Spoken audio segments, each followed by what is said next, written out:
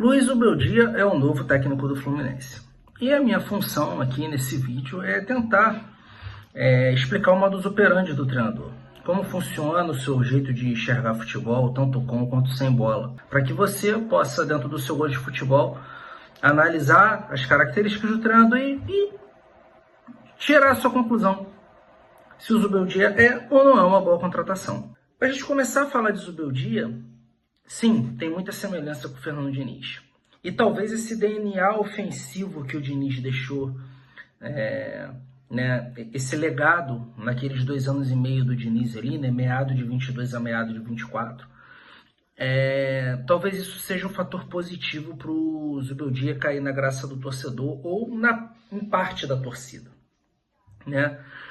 Assim, existem algumas semelhanças, mas é totalmente diferente, tá, gente? São poucos técnicos no mundo que fazem o que o Diniz faz, que é, esse jogo aposicional, acumular jogador no setor da bola de forma majoritária, sem respeitar tanto posição, enfim. O Zubeldia é um técnico posicional, ponto. Quais são os traços que trazem semelhança em relação ao Diniz? É a questão de ser mais arrojado. Ele, de fato, é um técnico bem propositivo. Busca ter a posse, busca ocupar o campo do adversário. A questão da posse não na proporção do Diniz, tá? Mas ele costuma ocupar o campo do adversário, tanto com quanto sem bola. Trabalha muito bem a linha alta. É um técnico que a pressão sob perda é uma das suas principais características, tá? Então, a probabilidade da gente ver um Fluminense mais arrojado, mais ofensivo na maior parte do tempo dentro dos jogos é grande, tá? O Zubeldia também trabalha a superioridade numérica no setor da bola, novamente, não na mesma proporção que o Diniz chegava a reunir mais da metade do time no setor da bola. O Zubeldia não, por ele ser posicional, ele é um pouco mais comedido nesse aspecto, mas você vai ver superioridade numérica do setor da bola em alguns pontos. O Renato também, nessa sua última passagem no Fluminense, trabalhou isso em alguns momentos, tá? Taticamente falando, o Zubeldia trabalha no tradicional 4-2-3-1, que a gente vê muito aqui no Brasil, que é até uma exceção à regra, tá? Geralmente o técnico argentino, principalmente na hora de atacar, de começar a construção, trabalha muito bem o 3-4-3. O Zubeldia até faz essa saída de 3, um dos volantes recua para fazer essa saída entre os zagueiros, porém você tem ali uma saída de 3+1, né? Um dos volantes recua, um outro volante se aproxima para iniciar essa construção. O Renato trabalhava essa saída de bola, tá? Então, assim, você vai encontrar semelhança, né, do Zubeldia com os últimos técnicos do Fluminense, principalmente Renato e Diniz, mais com o Diniz, tá? Ele é mais vertical, tá? Tanto o Diniz quanto o Renato trabalhavam muito esse jogo horizontal. Em dados momentos dá a impressão até de que Diniz e Renato valorizam mais a posse do que propriamente agredir o adversário. O Zubeldia não.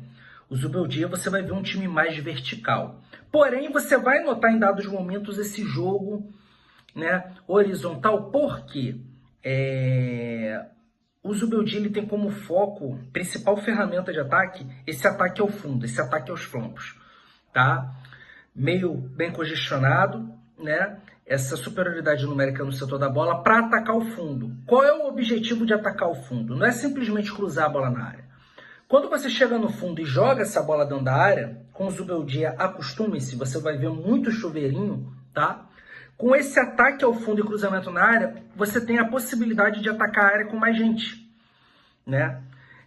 E o fato de você atrair mais gente para dentro da área do adversário numa bola alçada te deixa sem tanta necessidade de ter um 9. Tanto é que o Zubeldia, em dados momentos, chega a utilizar o Luciano como falso 9 no São Paulo. Ou seja, existe sim uma chance real da discussão Everaldo e Cano acabar, no sentido de que o Cano vira de fato um reserva, e você pode sim ter o Fluminense sem um 9 de ofício. O Zubeldia consegue trabalhar o time sem um 9, apesar dele usar muito o fundo do campo. Geralmente os laterais que atacam esse espaço, né? Os pontas fecham no meio, né? a maneira do Zubeldia enxergar o futebol deve beneficiar muito Samuel Xavier. Fuentes, que até agora não disse a que veio, por ter característica ofensiva, pode ser bem utilizado também. Enfim, como todo treinador arrojado que joga com bloco alto, ocupando o campo do adversário, independente de estar com a bola ou não, tem o ponto vulnerável, que é as costas da defesa. Tá? Na época do Diniz, a gente via muito Felipe Melo, até mesmo o Nino, dar bote na intermediária do adversário.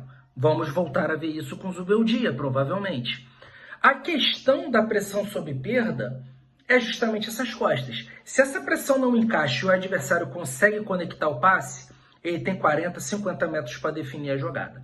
É aí que mora o perigo. É aí que entra o grande calcanhar de Aquiles do Zubeldia. Outro ponto importante, destacado pelo Rica Perrone no vídeo dele.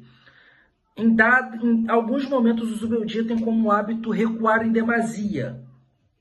Isso era algo marcante no Renato, que incomodava bastante os tricolores, e a gente tendencia a ver isso com o Zubeldia em determinados momentos.